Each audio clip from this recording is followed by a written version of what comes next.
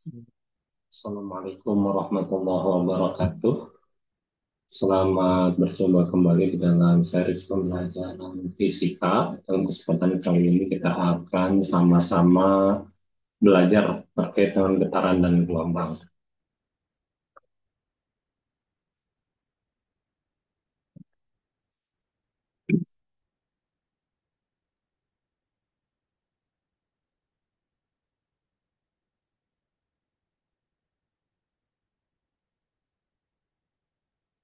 Oke, jadi dalam kesempatan kali ini kita akan bersama-sama mempelajari apa itu getaran dan gelombang.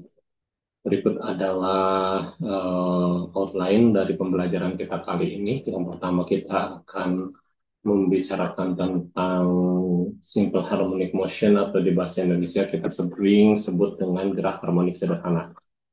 Selanjutnya adalah energi di dalam gerak harmonik sederhana. Selanjutnya periode dan sifat sinus dari gerakan harmonik sederhana. Jadi kalau nanti di slide ada SHM, ini singkatan dari simple harmonic motion. Bahasa kitanya adalah gerak harmonik sederhana. Lalu selanjutnya kita mempelajari bandul sederhana dan gerak harmonik teredam. Selanjutnya adalah vibrasi yang dipaksakan gitu ya, sehingga terjadi resonansi nantinya. Lalu pergerakan getaran yang kita sebut sebagai gelombang. Dan di sini juga dibahas tipe-tipe dari gelombang berdasarkan arah lambat dan arah getarnya. Ada gelombang transversal dan ada gelombang longitudinal. Lalu energi yang ditransportkan disampaikan oleh gelombang, dan selanjutnya ada intensitas yang berhubungan dengan amplitude dan frekuensi.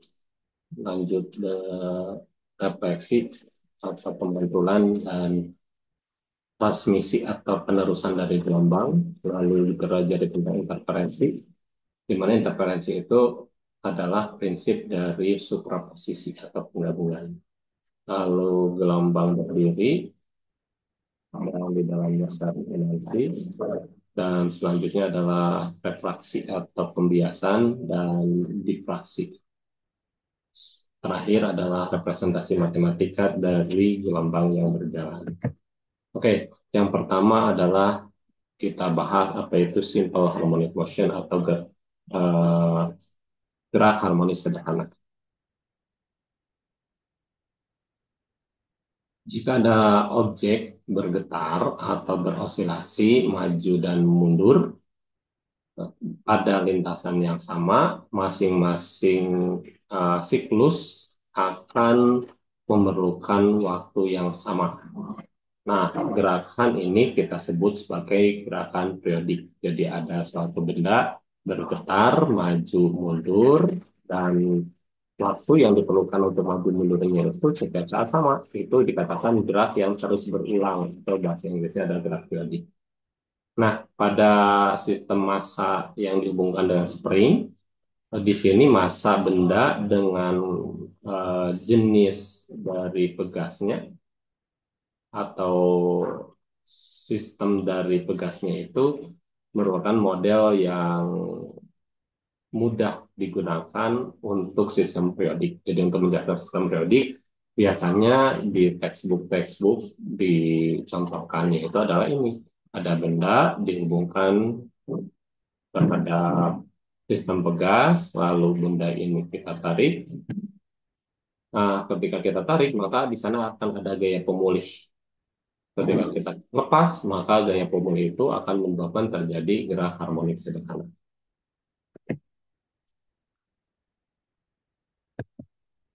Nah, kita akan asumsikan bahwa permukaan di mana benda itu yang dihubungkan dengan pegas itu sangat licin atau frictionless, tidak ada gaya geseknya.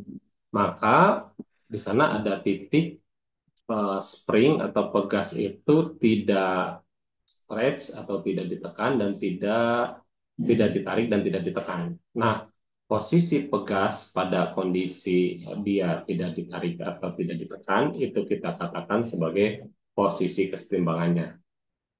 Kita akan mengukur perpindahan dari posisi X sama dengan 0. Atau kalau kita lihat di gambar sebelumnya tadi, jadi ketika pegas dalam kondisi diam tanpa ada gangguan, gangguannya ditekan atau ditarik, itulah posisi seimbangnya. Kita pilih posisi seimbang itu sebagai posisi awal atau acuan ketika benda itu mengalami perpindahan, gitu ya. Nah, ini di minggu kemarin sudah dibahas, gitu ya, eh, gaya yang dilakukan pada pegas itu bergantung perpindahannya. Semakin besar gaya, maka akan menyebabkan semakin benda itu mengalami perpindahan.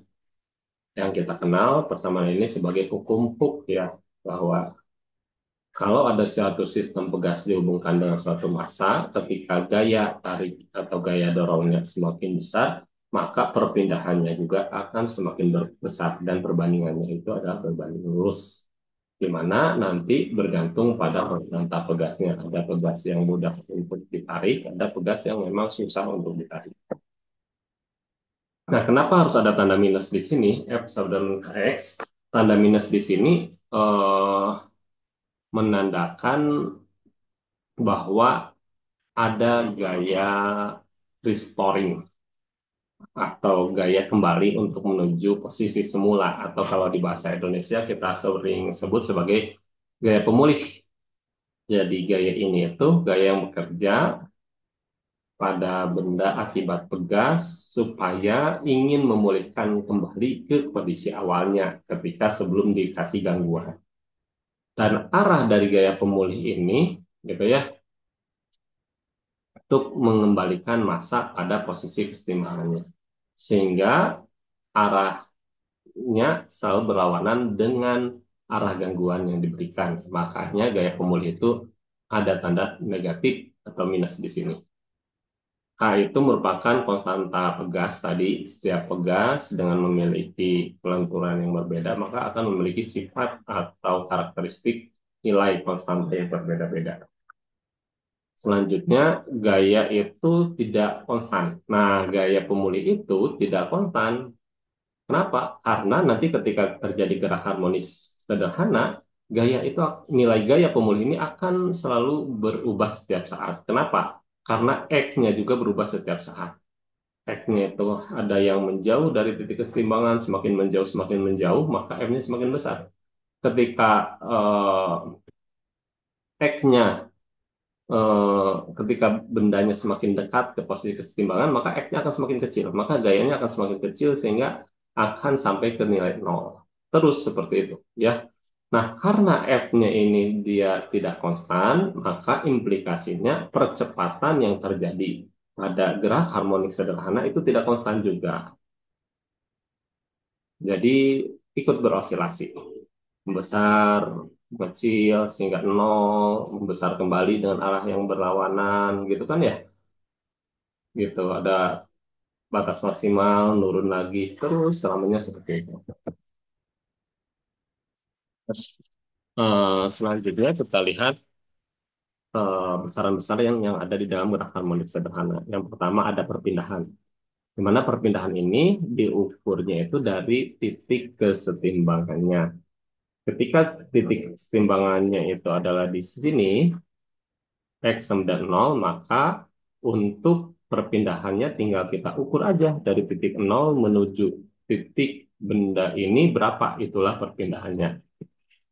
Dan ada amplitudo. Nah, amplitudo itu apa? Amplitudo itu adalah perpindahan maksimum. Jadi ketika pegas ini ditekan, nah sampai batas tekanan maksimum itulah amplitudo. Atau yang kita tekan pada kondisi awal, gitu kan ya, dari awalnya di nol, kita tarik. Nah, ketika kita tarik berhenti di sini, itulah sebagai amplitudonya. Karena ketika dia dilepaskan, terjadi gerak harmonik sederhana, posisinya pasti tidak akan melebihi di sini. Gitu ya, awalnya di sini dia akan mengalami gaya pemulih, Karena ada gaya pemulihnya dia akan bergerak bolak-balik dan ketika kembali ke sini dia tidak akan melebihi posisinya. Itulah yang disebut amplitudo. Amplitudo itu adalah perpindahan maksimum. Selanjutnya ada satu putaran penuh, di mana satu putaran penuh itu adalah gerak dari satu titik kembali ke titik semula, gitu ya, maju dan mundurnya, gitu ya. Nah, kalau di gambar ini menunjukkan setengah putaran. Jadi di titik ini ke titik ini ke titik nol lagi itu baru setengah. Supaya full gimana?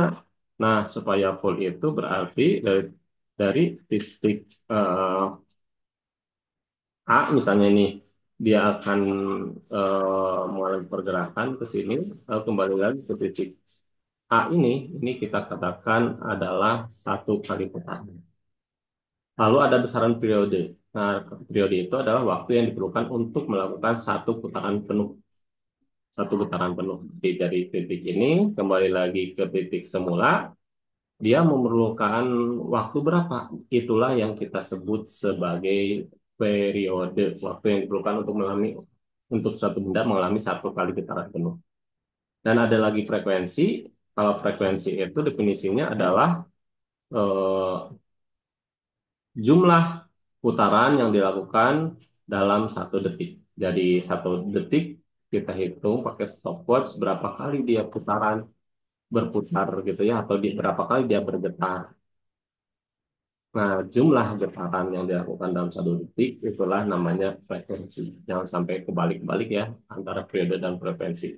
Kalau periode ingatnya waktu, kalau frekuensi ingatnya adalah jumlah getaran per detiknya.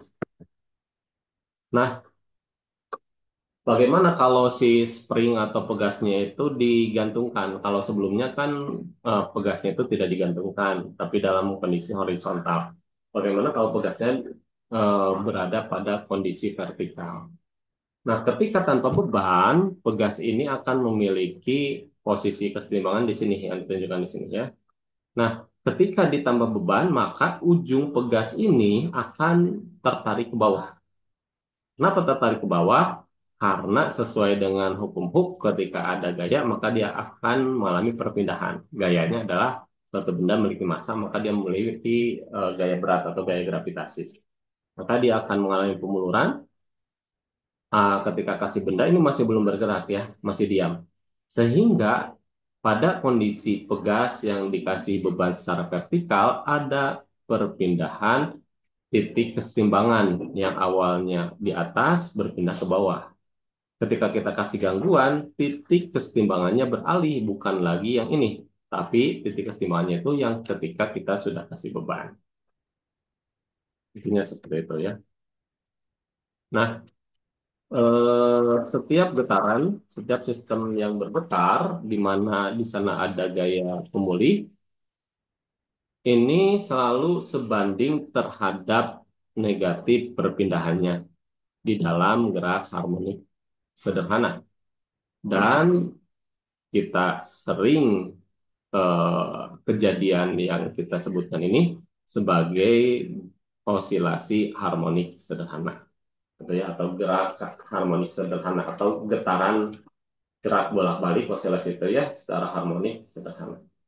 Jadi secara simpelnya gerak harmonik sederhana itu adalah eh, getaran sistem yang bergetar ketika ada gaya pemulih, di mana gaya pemulih itu berbanding lurus terhadap negatif perpindahannya. Nah, ketika ada gaya pemulih yang yang nilainya itu negatif dan sebanding dengan arah perpindahannya, gaya pemulih ini sebagai gaya yang menyebabkan terjadi gerak harmonik sederhana. Nah, selanjutnya kita akan tinjau energi yang terjadi di dalam gerak harmonik sederhana. Kita sudah tahu bahwa energi potensial pegas diberikan oleh persamaan yang ditunjukkan di dalam slide ini. PE itu ada potensial energi ya, atau energi potensial, di mana energi potensial pegas itu persamaannya setengah KX kuadrat. Jadi energi potensial pegas bergantung pada konstanta pegasnya, dan yang selanjutnya ada bergantung pada perpindahannya atau displacement-nya. X itu ingat bahwa X itu adalah perpindahan suatu massa yang dihubungkan dengan pegas. Dari mana diukurnya? Dari titik kesetimbangannya. Berpindah berapa meter, berpindah berapa sentimeter dari kesetimbangannya, itu ada perpindahan. Jadi semakin jauh perpindahannya, maka energi potensial akan semakin besar. Artinya, eh, ketika semakin jauh dari titik kesetimbangan, potensi dia untuk berubah menjadi energi lain yang lebih besar akan semakin besar. Contohnya adalah anak panah aja lah ya, supaya ini. Bagaimana anak panah itu supaya lebih cepat bergeraknya, maka kita tarik semakin jauh, gitu ya. Kita tarik semakin ke belakang. Maka nanti si panah itu akan melaju lebih kencang dibanding kalau anak panah itu kita tarik cuma eh, sedikit saja perpindahannya, maka nggak akan kencang.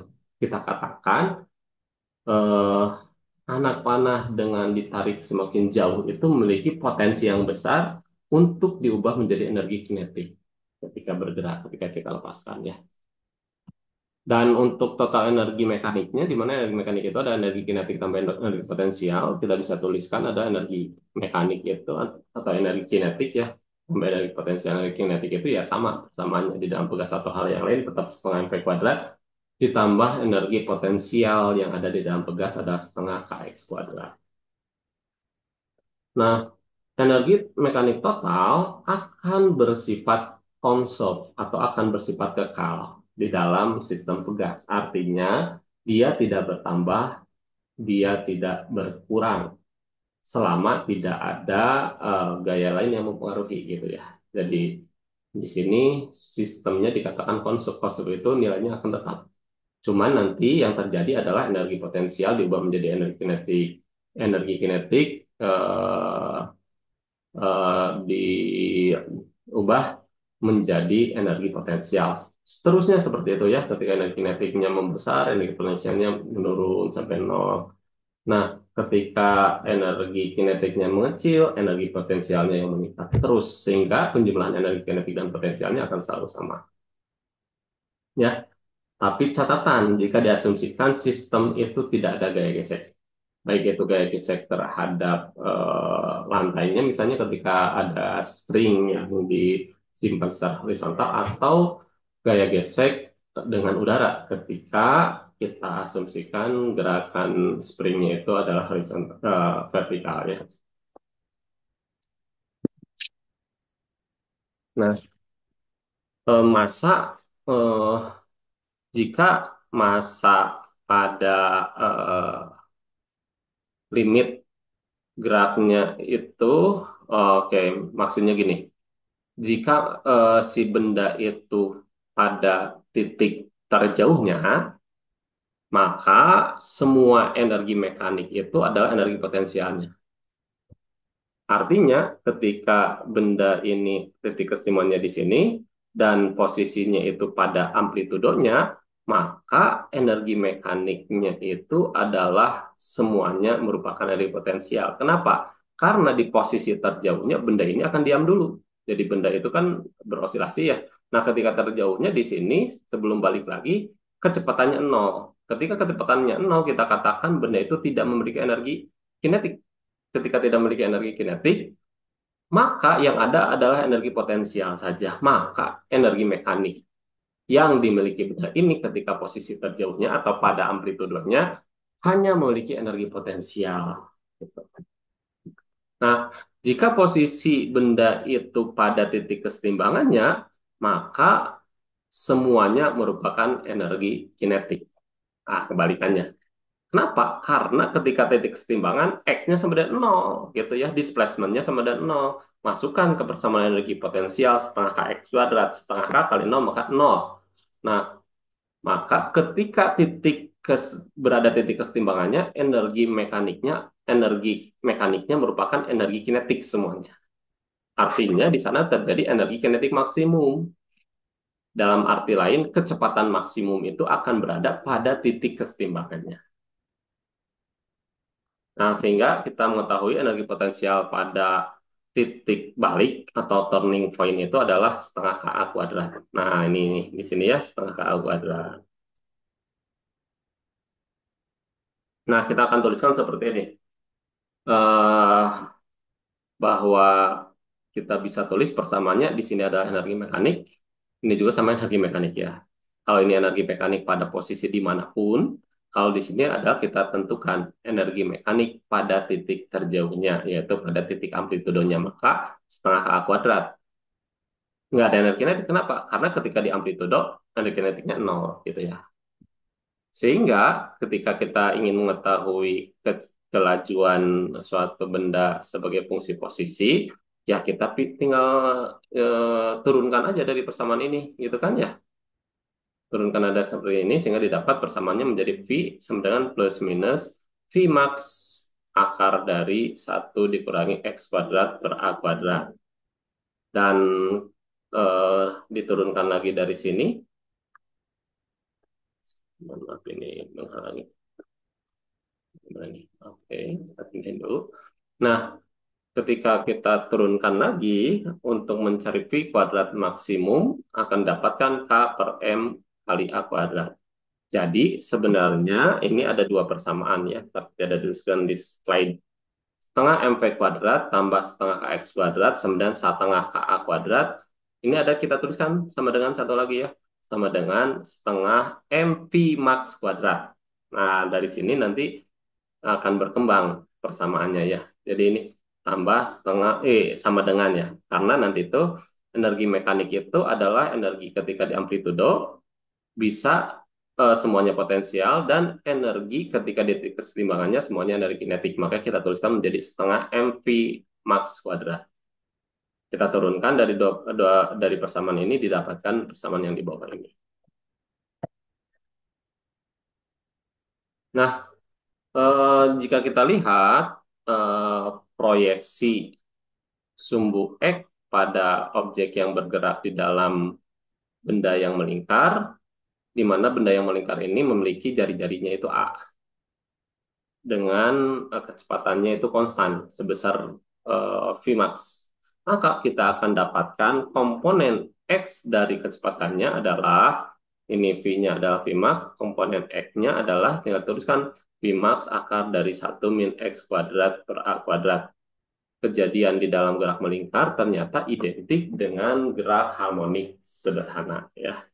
Kita bisa lihat yang di sini ya. Jadi kalau ini kita lihat sumbu X-nya bergerak melingkar, maka ketika proyeksinya ada yang di sebelah sini, ada di sebelah sini gitu kan ya, ke sini juga sama gitu kan ya. Jadi dia akan gerak maju mundur mirip dengan gerak harmonik sederhana.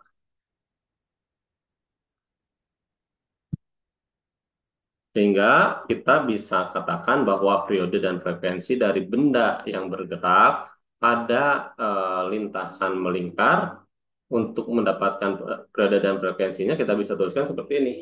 Nah, ini pendekatan yang sangat banyaknya untuk mendapatkan persamaan ini. Bahwa T sama dengan 2V akar dari M per K.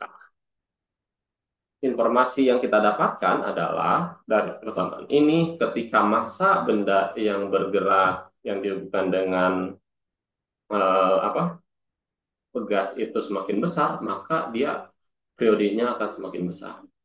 Kebalikannya, ketika masanya semakin kecil, maka periodenya juga akan semakin kecil.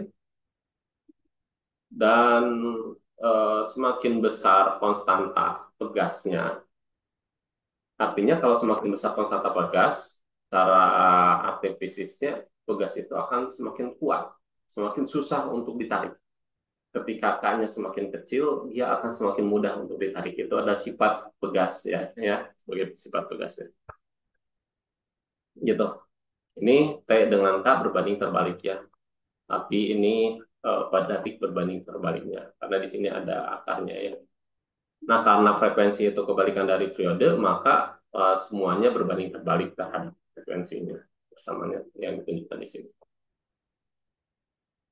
Nah, secara sederhana, maka kita akan tuliskan persamaan perpindahan atau persamaan posisi benda ketika bergerak harmonik sederhana terhadap waktu seperti ini. X sama dengan A cos omega T.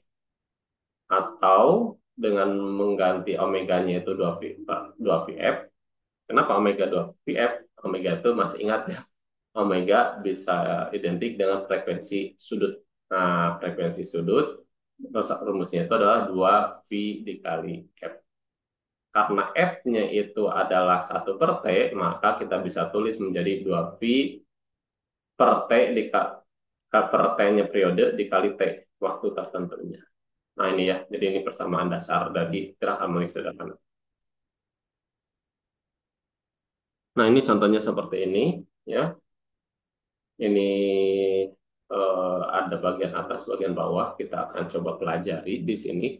Jadi eh, ini merupakan apa sih namanya itu? Pegas yang dihubungkan dengan massa, di mana massanya itu banyak kan ada ballpoint yang nyambung ke sini sehingga dia bisa nulis. Dan ini bisa berputar. Si papernya itu bisa ditarik mirip dengan kaset lainnya. Jadi ini diputar maka si papernya akan ikut berputar. Nah, ketika papernya digerakkan, ininya dimaju mundurkan, gerakan harmonik sederhana, maka akan terlihat gambar yang ditunjukkan berupa kurva kosinus. Ya. Nah, ini merupakan sedangkan yang bawah, kurva yang bawah ini mirip-mirip, tapi bergeser periodenya seperempat. Ya. Digeserkan seperempat, periodenya geser ke sini nih. Truk. Maka kurva yang ditunjukkan berubah menjadi kurva sinus ya. Jadi kalau yang bawah ini fungsi sinus lebih fungsi sinus dibanding dengan fungsi kosinus. Kalau kosinus dari 0 itu kan kosinus 0 1 ya. Artinya nilai terbesarnya.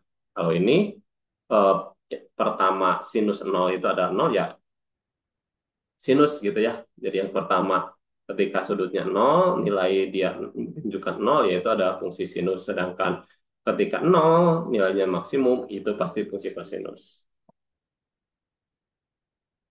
Nah, di sini eh, kita lihat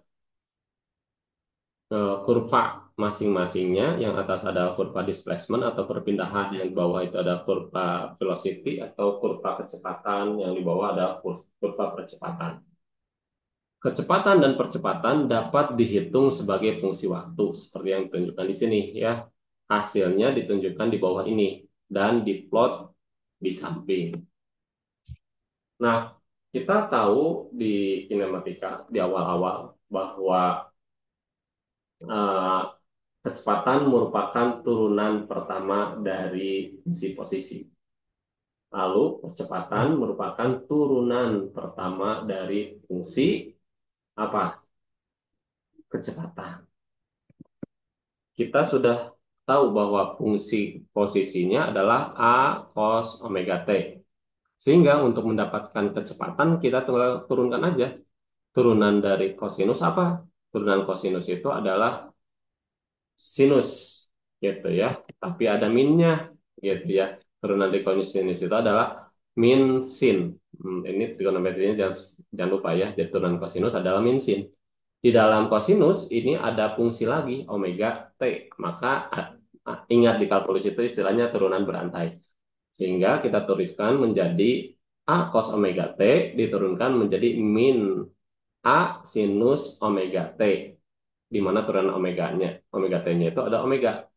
Maka bisa kita tuliskan min A omega cos min A omega sin omega kali T. Maka kita lihat di sini gitu ya. Min V max sin omega dikali T. Nah, ininya udah benar. Kenapa muncul Vmax? Nah, Vmax itu adalah kelajuan maksimum. Kelajuan maksimum itu bisa kita tuliskan dari omega dikali A. Omega itu adalah bisa kita katakan tadi frekuensi sudut atau kecepatan sudut.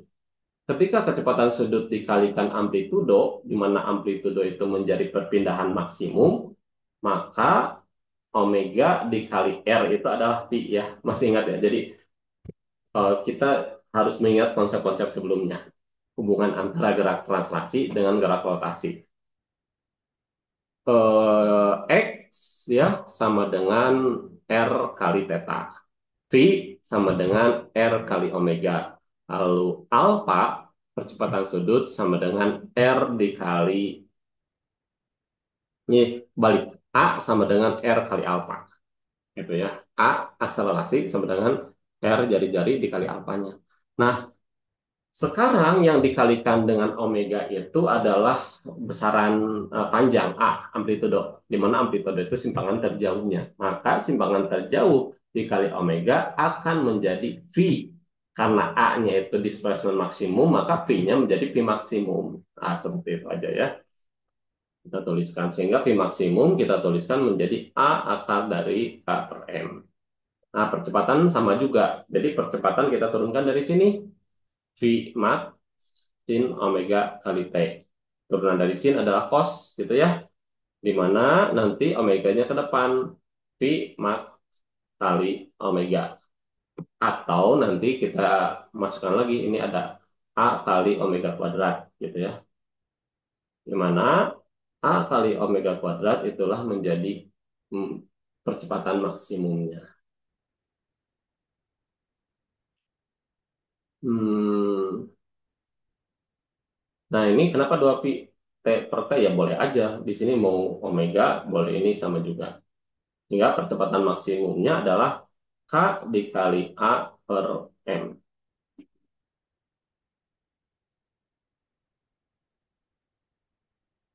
Oke, kita lanjutkan ya. Nah, bandul sederhana terdiri dari massa. Nah, sekarang masuk kepada bandul. Kalau tadi kan pegas ya. Sekarang yang kita katakan sebagai simple pendulum itu terdiri dari massa pada ujung dari tali yang kita anggap talinya itu sangat ringan, sehingga beratnya itu akan kita abaikan. Masih kita akan asumsikan bahwa si talinya itu tidak bisa di stretch seperti karet gitu ya. Kalau karet itu kan bisa mirip tali juga, tapi ketika ada tarikan dia memulur. Nah, inilah talinya itu tidak bersifat seperti itu. Ketika ditarik dia akan memanjang. Dan massa dari talinya itu kita abaikan.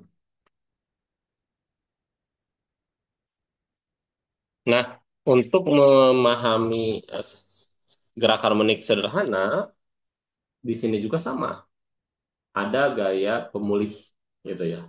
Di mana gaya pemulih itu harus nilainya negatif dari perpindahannya. Nah, maka kita akan mendapatkan bahwa gaya pemulih yang terjadi di dalam gerak harmonik sederhana itu adalah F sama dengan min mg sin theta. Kenapa? Didapat dari mana? Dapat dari apa penggambaran diagram gaya di samping ini. Ini ada bandul, bandul itu memiliki massa, maka karena memiliki massa memiliki berat. Berat itu suka selalu ke arah bumi, gitu ya. Nah, ini mg, lalu ini tali. Nah, pergerakannya itu pasti akan seperti ini. Maka kalau kita tinjau ini adalah alfa, ini adalah theta, maka di sini juga theta, gini ya. Sehingga gaya mana yang menyebabkan benda itu kembali ke posisi kesetimbangannya adalah proyeksi dari gaya berat terhadap sumbu X di sini. Gitu kan? Ada gaya berat, maka menyebabkan benda ini akan kembali ke posisi mula. Nah, lalu kita proyeksikan terhadap sumbu X, karena ini tetanya di sini, akan menjadi sisi depannya. Karena ini yang ini akan sama dengan di sini.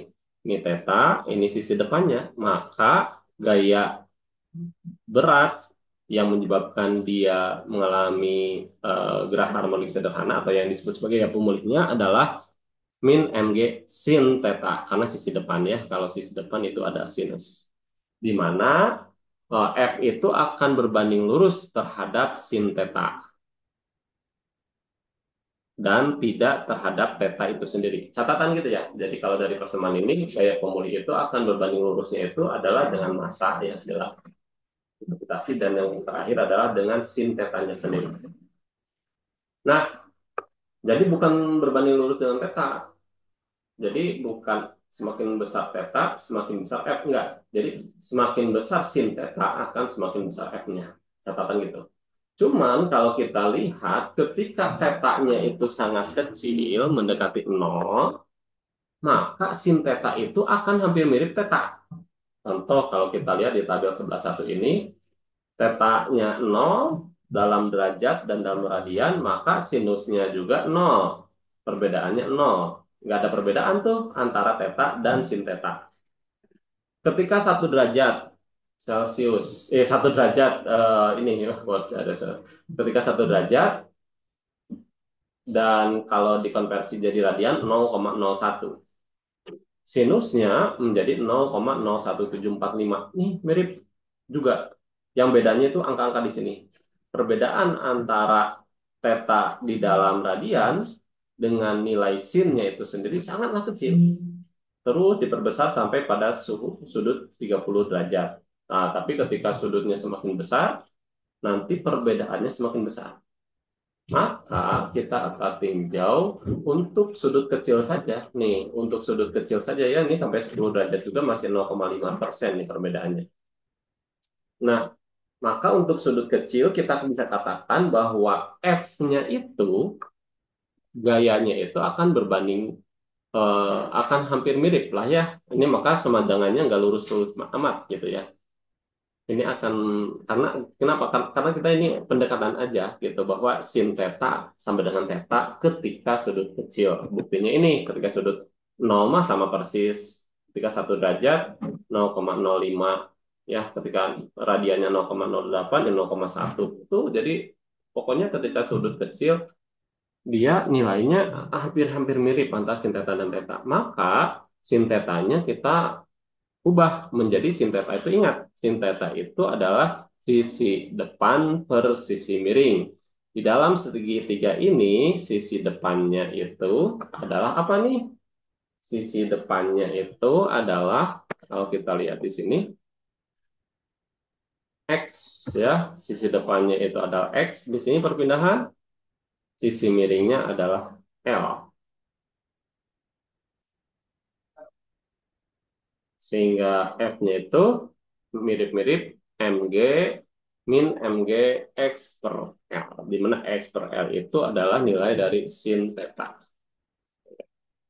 Nih, ini kan L ya. Ini X nih. Ini X-nya nih. Maka sin theta itu adalah berapa nih? Sin theta itu adalah sisi depan, ini X. Sisi miring adalah L. Maka sin theta itu L ya apa X yang kita anggap ini sebagai sisi depannya, ini adalah L. Gitu aja ya. Nah, ini MG sin theta. Sin theta-nya berubah menjadi X per L. Nah, X-nya itu sendiri L dikali theta. Sehingga persamaan periode dan frekuensi bisa diturunkan dari sini. Periodenya itu ada 2 pi akar L per G, frekuensinya itu 1/2 pi akar dari G per L. Apa yang kita bisa tangkap secara konsep dari persamaan ini? Nah, dan ini biasanya ini samaan atau apa yang namanya tuh percobaan yang gampang untuk dilakukan bahkan di tingkat SMP maupun SMA. Periode akan berbanding lurus dengan akar dari L. Artinya semakin L-nya atau panjang talinya semakin besar, maka periodenya akan jauh semakin besar. Karena kalau akarnya ini kita buang, maka di sini jadi kuadrat gitu ya. Kalau kita lihat perbandingannya, ketika L-nya kecil, maka T-nya akan semakin kecil. Ketika L-nya semakin besar, T-nya akan semakin besar. Jadi L ini atau panjang tali merupakan variabel yang sangat berpengaruh terhadap periode yang dihasilkan oleh bandul. Jadi waktu yang diperlukan untuk melakukan 1 kali getaran penuh akan semakin besar ketika panjang talinya semakin besar. Akan berbanding terbalik dengan frekuensi. Ketika panjang talinya semakin besar, maka frekuensi akan semakin kecil. Ketika panjang tali semakin kecil, frekuensi akan jauh semakin besar. Itu aja ya. Oke, selanjutnya kita akan berbicara tentang contoh sederhana. Contohnya ini adalah bandul gitu ya.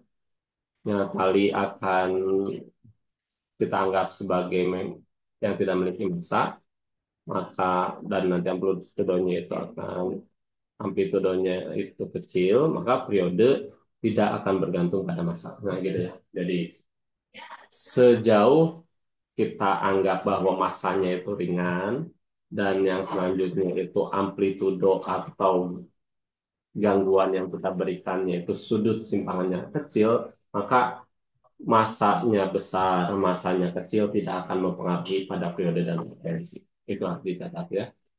Lanjut, ada yang namanya gerak harmonik teredam, damp harmonic motion. Ini adalah gerak redaman. Kenapa ada redaman? Karena adanya gesekan atau yang disebut sebagai gaya drag.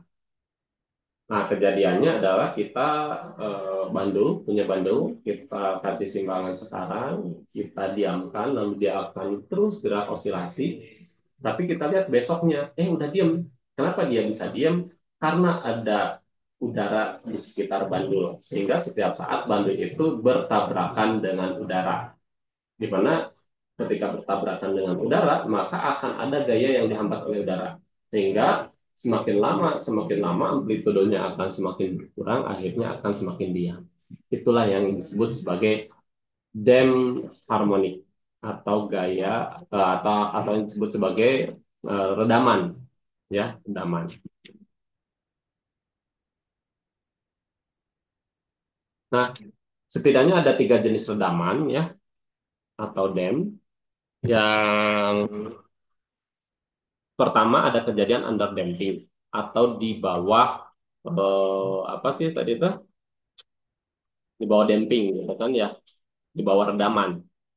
Nah, di bawah redaman itu artinya redamannya itu cukup kecil atau redamannya itu kecil sehingga osilasi masih terus berlangsung tapi setiap saat amplitudenya itu berkurang dan lama-lama amplitudenya akan menuju nol sehingga benda diam gitu. Itu underdamping. Kalau kurvanya adalah yang A ini, maka ketika underdamping dia masih mengalami osilasi terus-menerus sehingga lama-lama diam. Yang kedua adalah yang B, critical damping. Nah, kalau di kejadian critical damping, di sini yang terjadi adalah benda tidak mengalami osilasi sebenarnya. Ketika dikasih gangguan dari titik kesetimbangannya, benda akan kembali ke posisi semula, tapi dalam waktu yang singkat. Ya, kita kasih gangguan, lepaskan, maka kita ketika lepaskan, benda itu akan menuju titik kesetimbangannya atau titik semula dalam waktu yang singkat. Gitu. Artinya apa? Artinya redamannya sangat besar. Ya. Redamannya enggak. Ini kan A itu redamannya sangat kecil, yang B itu ya redamannya itu di kondisi kritis. Kondisi kritis itu gini, ketika redamannya itu dikecilkan sedikit, maka akan menuju ke A. Ketika redamannya dibesarkan sedikit, akan menjadi redaman yang C. Maka dikatakan kritis. Seperti orang yang katakan kritis itu, si A udah kecelakaan, kondisinya kritis. Artinya kritis itu antara hidup dan mati, gitu kan ya. Nah, maka critical damping juga sama. Kondisi kritis itu kalau kurang aja sedikit, jadi kondisi A. Kalau lebih saja sedikit, redamannya menjadi C, gitu. Tapi fenomena yang terjadi pada saat critical damping, ketika kita kasih gangguan, dia akan menuju titik kesetimbangannya itu dalam waktu yang sangat singkat. Yang terakhir adalah overdamp. Nah, overdamp ini terjadi karena memang redamannya sangat besar. Sehingga ketika kita kasih gangguan, dia akan menuju titik kesetimbangan, tapi dalam waktu yang relatif lama. Gitu. Ya, kejadiannya misal ada pegas ya, atau ada pegas, pegasnya itu disimpan pada suatu liquid yang sangat kental gitu ya. Karena sangat kental, kita kasih gangguan, dia akan bergeraknya sangat lambat karena dia menubruk dulu cairan yang sangat kental dalam waktu yang sangat lama sehingga dia berhenti pada titik kesetimbangannya dan memang tidak terjadi osilasi untuk kondisi critical damping dan overdamp. Nah, memang kejadian di alam ini ada redaman atau damping yang diharapkan, ada yang tidak diharapkan. Damping yang tidak diharapkan adalah pada jam, ya. mungkin kita bisa lihat di masjid-masjid agung masih ada ya jam yang sistemnya itu bandul. Nah, kalau pada bandul jam itu redaman itu tidak diharapkan, malah dihindari. Gitu. Harusnya itu jangan ada redaman. Kenapa? Karena kalau ada redaman, lama-lama jadi diam. Padahal bandul itu sebagai mesin penggerak jamnya itu karena ada bandul gitu. Kalau pada bandul itu terjadi redaman, maka mesin jam tidak akan bergerak. Maka redaman itu tidak diharapkan pada jam. Ya. Selanjutnya, memang ada sistem yang menginginkan adanya redaman dan eh, dibutuhkan gitu ya dekat ke yang kita sebut sebagai critical damping atau redaman kritis. Ya sebisa mungkin bisa redaman kritis karena dalam waktu singkat kembali ke posisi setimbangnya. Contohnya adalah pada shock breaker.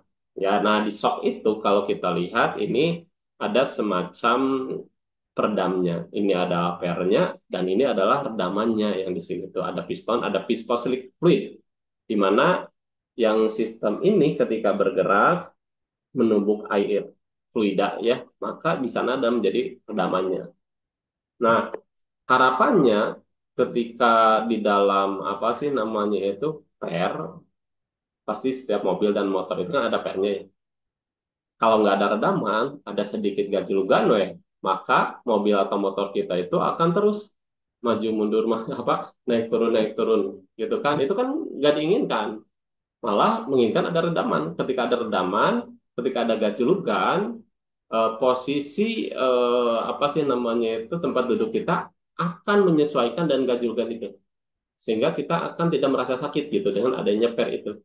Cuman ketika nggak ada gajlugan, ya janganlah kita akan terus menerus gerak naik turun. Ketika gerak terus kita gerak naik turun itu malah mengganggu kita ketika kita mengendarai sebuah mobil atau motor. Maka harus ada redaman di sana gitu ya. Redamannya harus benar kritis, jangan lama gitu kan. Respon terhadap gangguan harus cepat dan kembali ke posisi timbangannya. Yang selanjutnya adalah pada alat ukur ya. Biasanya ada sistem spring di dalam ampermeter atau voltmeter. Sistem apa sih namanya analog.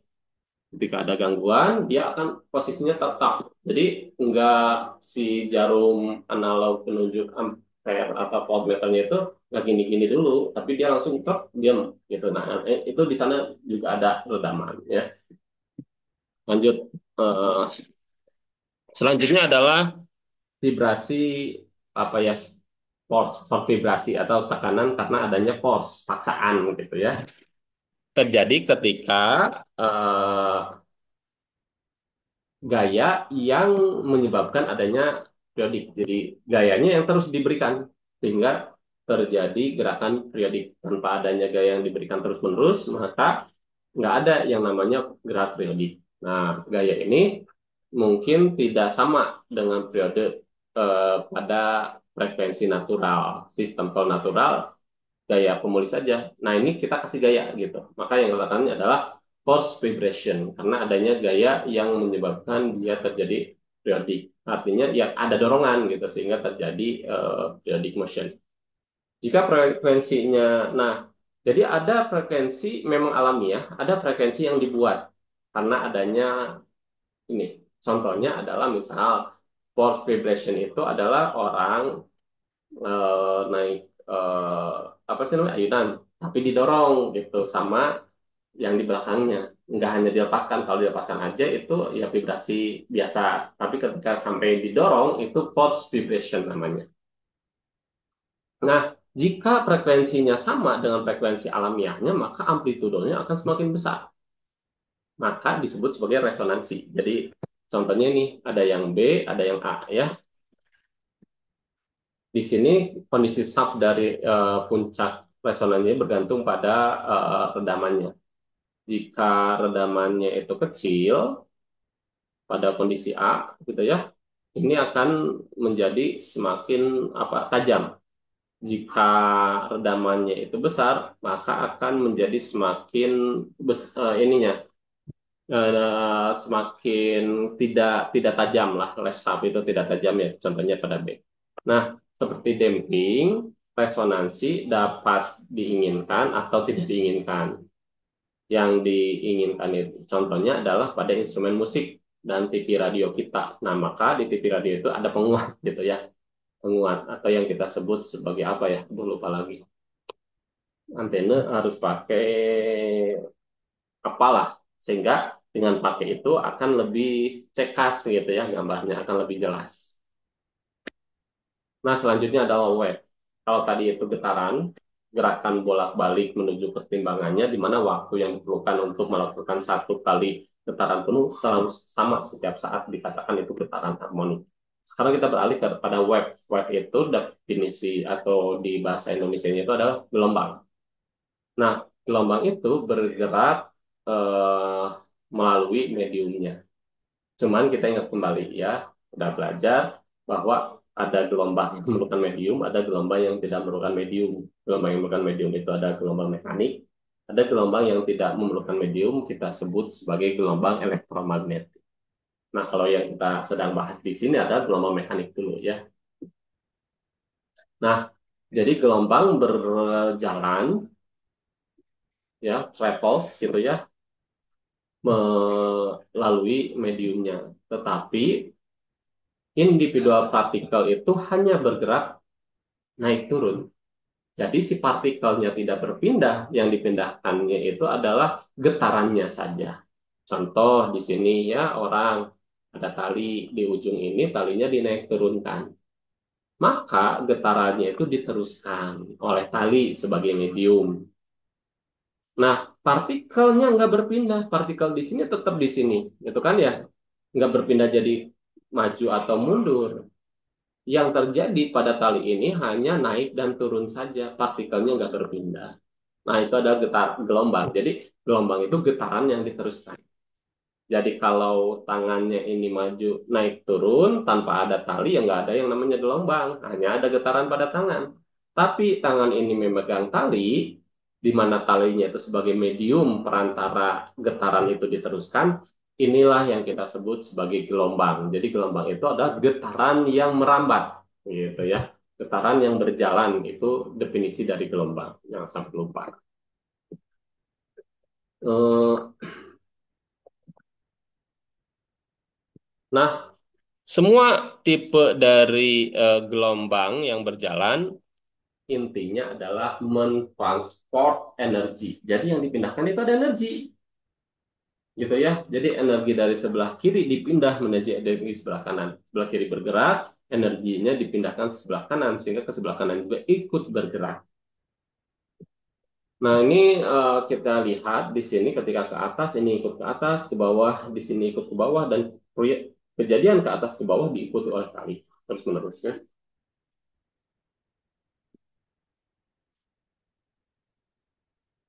Nah, maka salinannya secara gelombang yang terus-menerus akan dimulai oleh getaran juga. Jika getarannya itu berupa gerak harmonik sederhana, maka gelombangnya itu akan mirip gelombang sinus. Lihat, truk, truk. Nah ini sinus kan, gitu ya. Awalnya nol gitu. Maka ini persamaannya itu sinus nanti.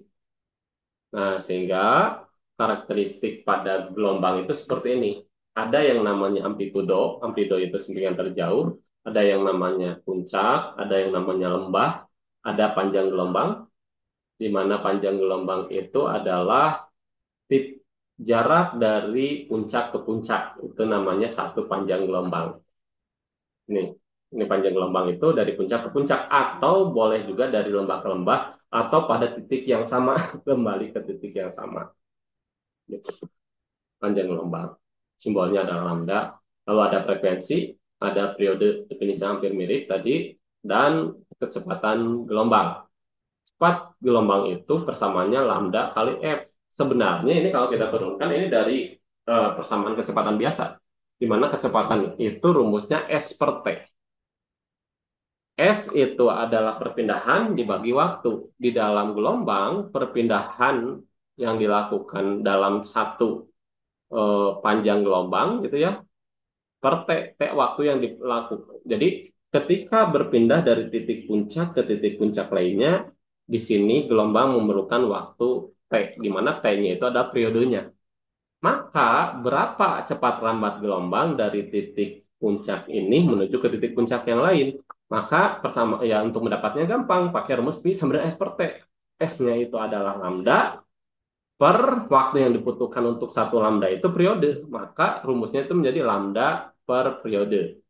Selanjutnya, kenapa menjadi lambda kali F? Karena periode itu sama dengan satu per F-nya. Gitu ya. Maka jadilah cepat cepat lambat gelombang itu lambda kali F atau lambda per T. Boleh. Nah, di sini ada dua jenis gelombang yang dilihat dari arah perambatannya.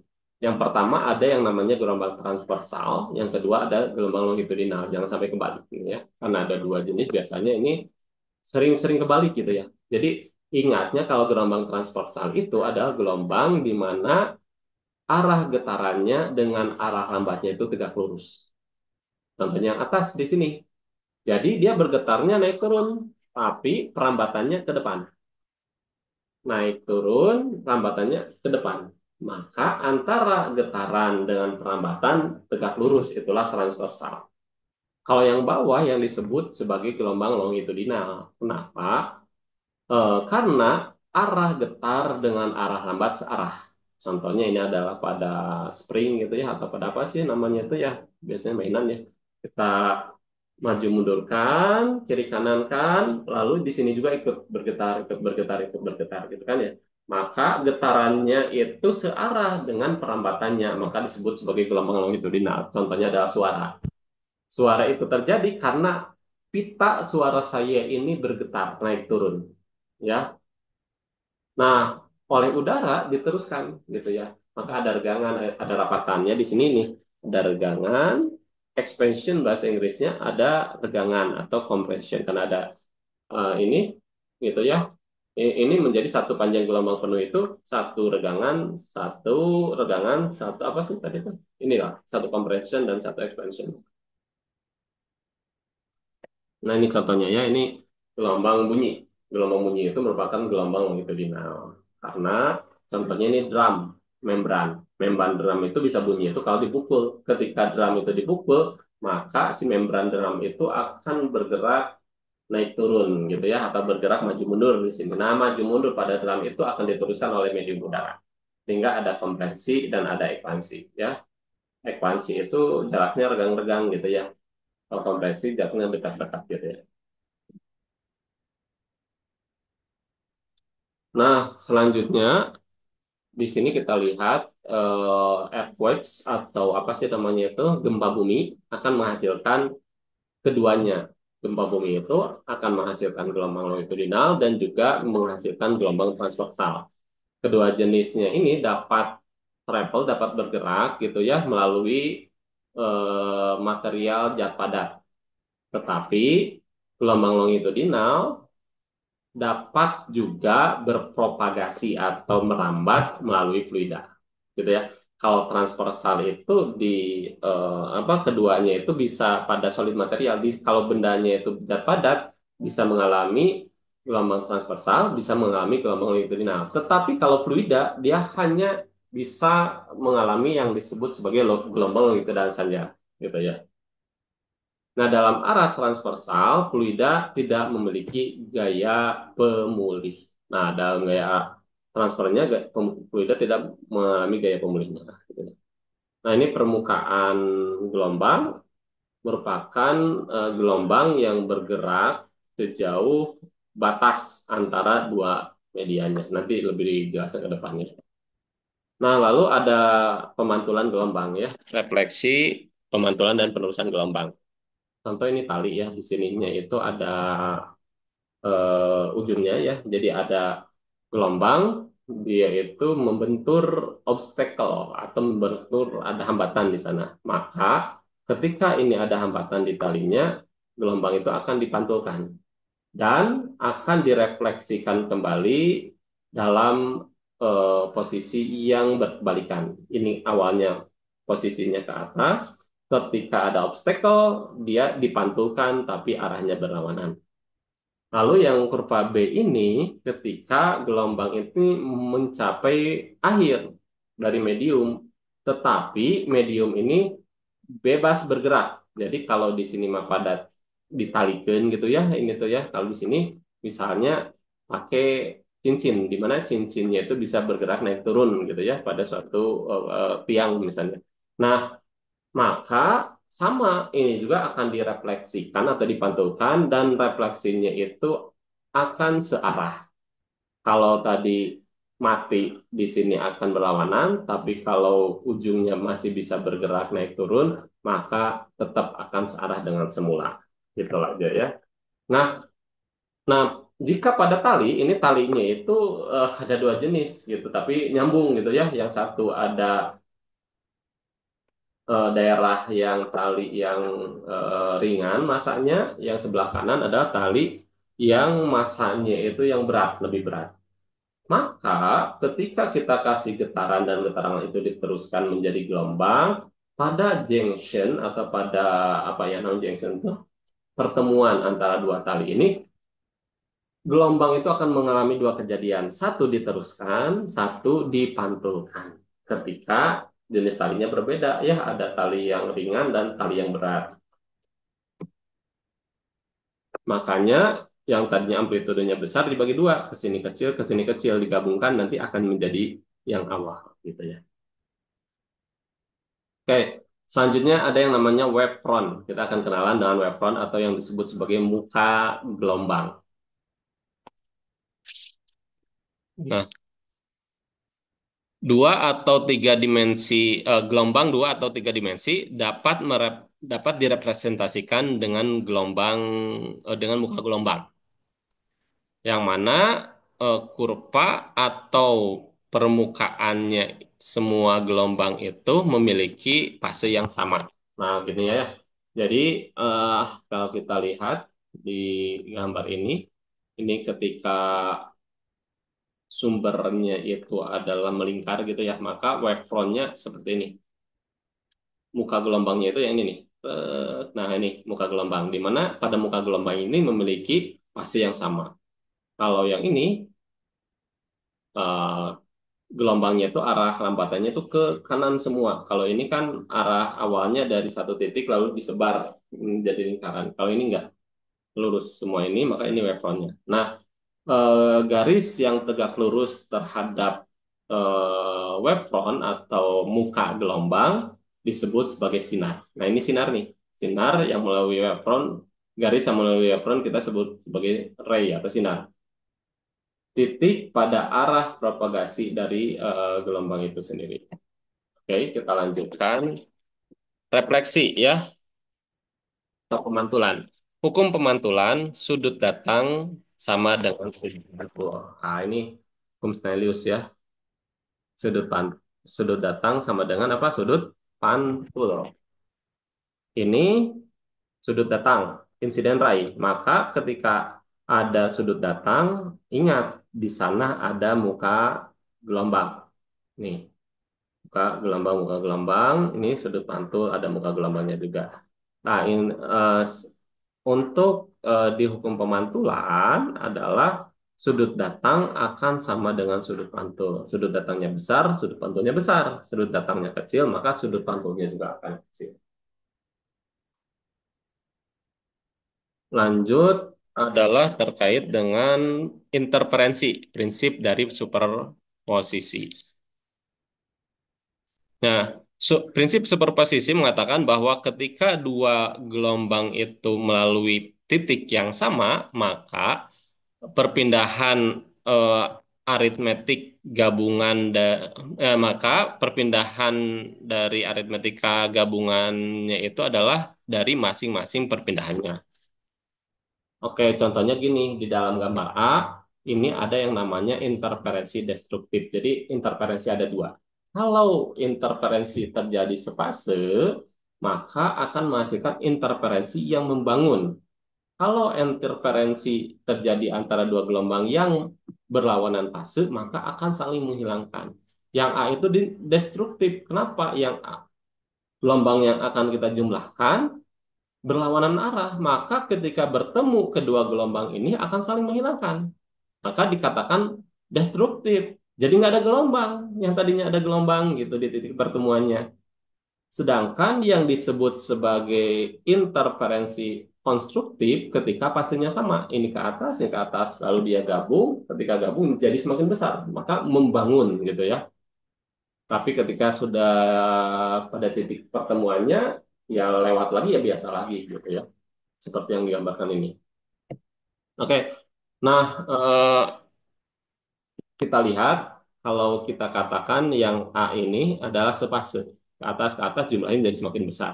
Kalau ini berlawanan fase, ini atas, ini ke bawah, fasenya sangat berlawanan, maka saling menghilangkan. Kalau yang C, ini sebagiannya ada yang destruktifnya, atau ini hanya berbeda fase aja, gitu. Cuma tidak berlawanan, tapi fasenya berbeda, gitu ya. Kalau kita lihat, ini maksimum, di sini bukan minimum, gitu. Kalau berlawanan fase, ini maksimum, ini minimum. Ini enggak, gitu kan. Maka kita jumlahkan, ya tinggal jumlahkan aja kurvanya seperti yang di bawah. Lalu selanjutnya adalah yang disebut standing wave atau standing wave itu adalah gelombang berdiri. Dan adanya gelombang berdiri, kita kenalan dengan konsep resonansi. Nah, gelombang berdiri terjadi ketika ujung-ujung dari talinya itu difikskan. Ini tidak bergerak naik turun di sini, fix gitu ya. Nah, di dalam kasus ini hanya ada gelombang yang eh, bergerak gitu ya.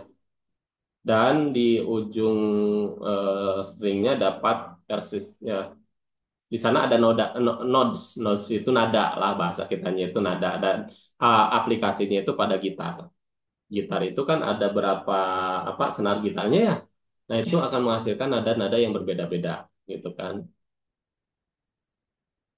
Dan kenapa? Karena nanti akan bervariasi dari nol sampai nilai maksimumnya untuk amplitudenya itu sendiri. Nah, frekuensi dari gelombang berdiri pada eh, masing-masing tali disebut sebagai frekuensi resonan.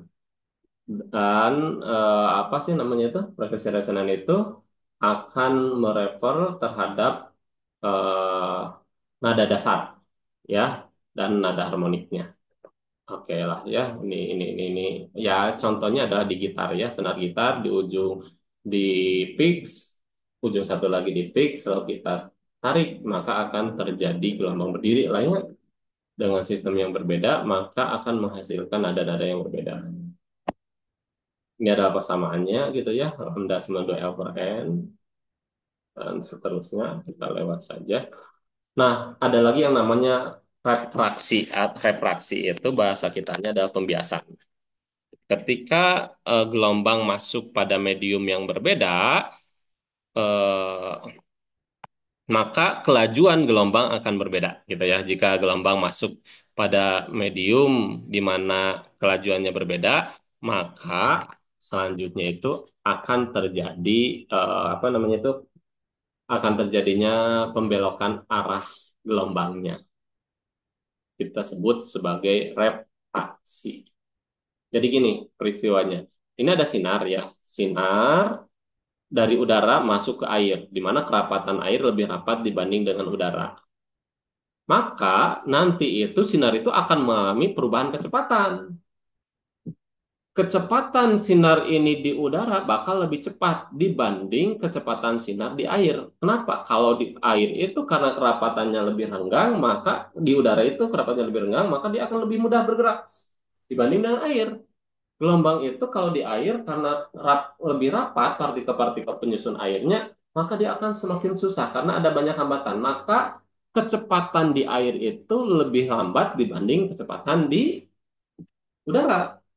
Nah, karena ada perubahan kecepatan inilah yang menyebabkan terjadinya refraksi atau yang disebut kita pembiasan yang harusnya ray atau sinyalnya itu adalah lurus karena ada pembiasan maka dibelokkan arah dari gelombangnya gitu ya.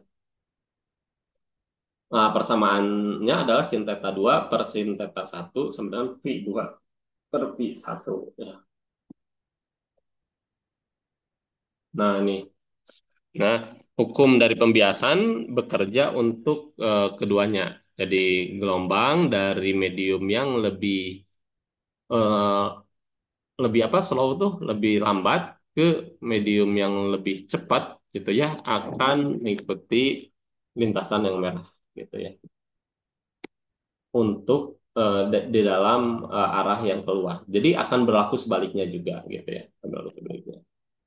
Nah, selanjutnya difraksi terakhir ya. Jadi difraksi itu terjadi ketika gelombang eh, encounter atau gelombang ketemu gitu ya dengan obstacle. Obstacle itu adalah pengganggu.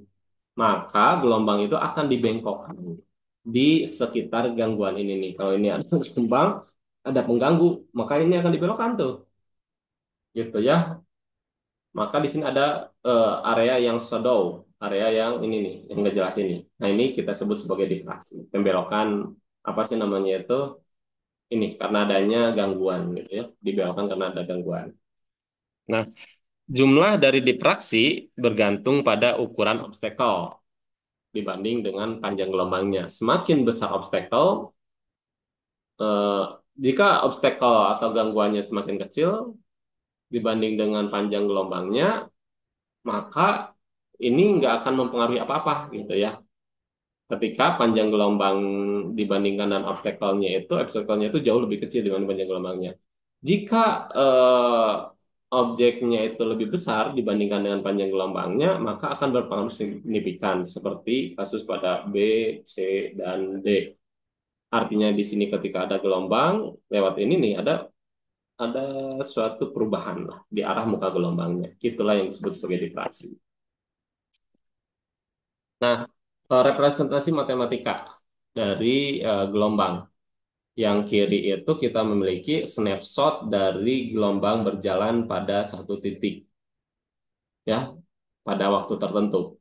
Kalau yang bawah itu panjang gelombang yang sama ketika bergerak. Sebenarnya kalau digambarkan setiap waktu, gelombang berjalan itu yang akan kelihatan, itu akan hitam aja gitu kan ya. Maka kita akan snapshot pada saat waktu tertentu seperti ini. Gitu. Ya, ini panjang gelombang, ini A gitu ya, gitu dong. Nah, maka ketika ini bergeser, nah ini ketika bergeser, snapshot lagi pada posisi yang lain, maka puncak ini akan mengalami perpindahan ke sini, gitu ya. Nah, ini ada V, T, gitu ya. Karena ada perpindahan di bagi waktu, maka ada V, ya. Gitu.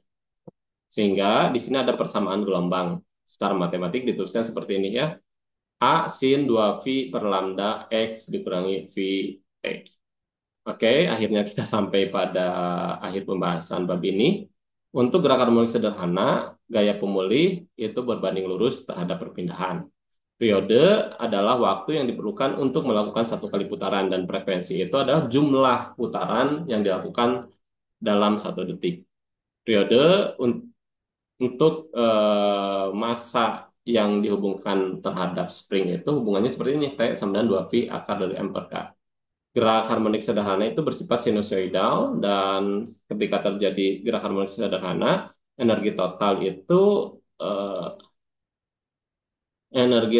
itu eh, berubah dari energi kinetik menjadi energi potensial dan seterusnya gitu. Energi kinetik berubah jadi energi potensial berubah menjadi energi kinetiknya berubah lagi menjadi energi potensial, terus menerus seperti itu. Tapi gabungan antara energi kinetik dan potensialnya selalu sama. Yang kita sebut energi mekaniknya itu tidak berubah. Yang berubah itu adalah energi kinetik dan potensialnya.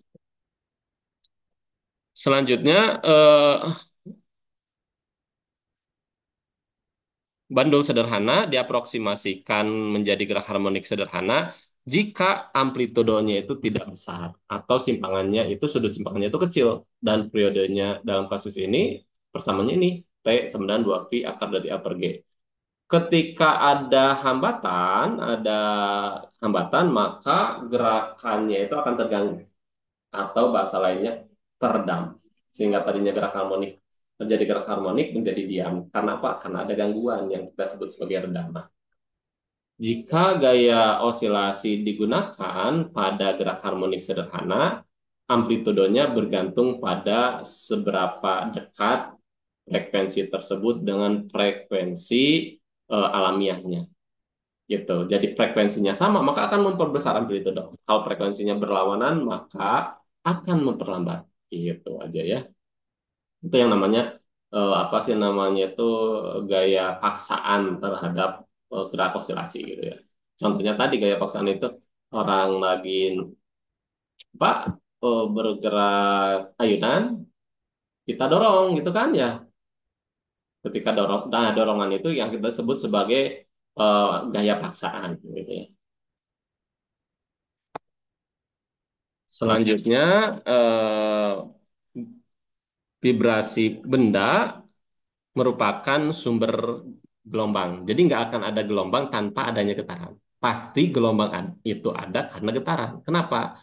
Karena definisi gelombang itu adalah getaran yang merambat. Maka nggak mungkin ada gelombang tanpa getaran. Eh, Panjang gelombang itu adalah jarak antara eh, puncak ke puncak atau lembah ke lembah gitu ya.